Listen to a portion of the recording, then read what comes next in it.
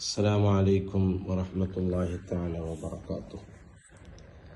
ഇന്ന് കൂടുതലുമായി കണ്ടുവരുന്ന സംഭവമാണ് മുടി കറുപ്പിക്കുക.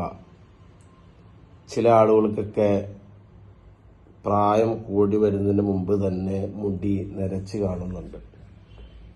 എനിക്കിത്ര മുടി നരക്കാൻ മാത്രം പ്രായമായിട്ടില്ലല്ലോ, അപ്പോഴേക്കും എൻ്റെ മുടി നരച്ചല്ലോ എന്ന് ചിന്തിച്ച് പല ആളുകളും മുടി കറുപ്പിക്കുന്നത് കാണാം.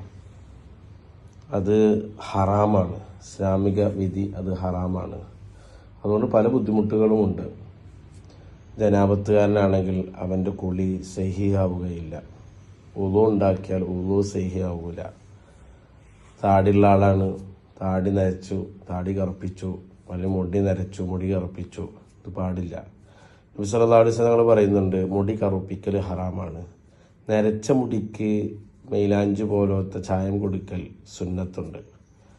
അബൂബക്കർ സിദ്ദീഖ് റളിയല്ലാഹുവിൻ്റെ ഉപ്പ അബൂ ഖുഹാഫ റളിയല്ലാഹുവിനെ മക്കം ഫതഹിൽ കൊണ്ടുവന്നപ്പോൾ മഹാനബികളുടെ തലയിലെ മുടിയും താടിയിലെ രോമങ്ങളൊക്കെ നരച്ച് കണ്ടു.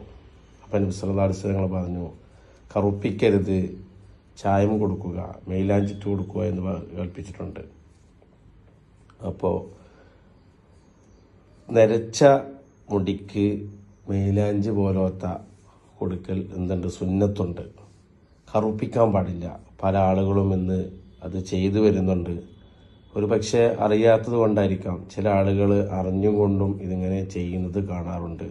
അപ്പോൾ ശ്രദ്ധിക്കുക, മുടി കറുപ്പിച്ച് കഴിഞ്ഞാൽ നമ്മൾ മരിച്ചു കഴിഞ്ഞാൽ, നമ്മൾ ജനാപത്തുകാരനായി കഴിഞ്ഞാൽ നമ്മൾ കുളി സഹിയാവുകയില്ല. അങ്ങനെ ആവുമ്പോൾ നമ്മൾ നിസ്കരിക്കുക, ഖുർആൻ തൊടുക, ഇതൊക്കെ ഹറാമായിട്ട് വരും. മുടി കറുപ്പിക്കൽ തന്നെ ഹറാമാണ്. അതുകൊണ്ട് ഇത്രയും കാര്യങ്ങളൊക്കെ ശ്രദ്ധിക്കണമെന്ന് ഉണർത്തുന്നു. അസ്സലാമു അലൈക്കും വറഹ്മത്തുള്ളാഹി തആല വബറകാതുഹു.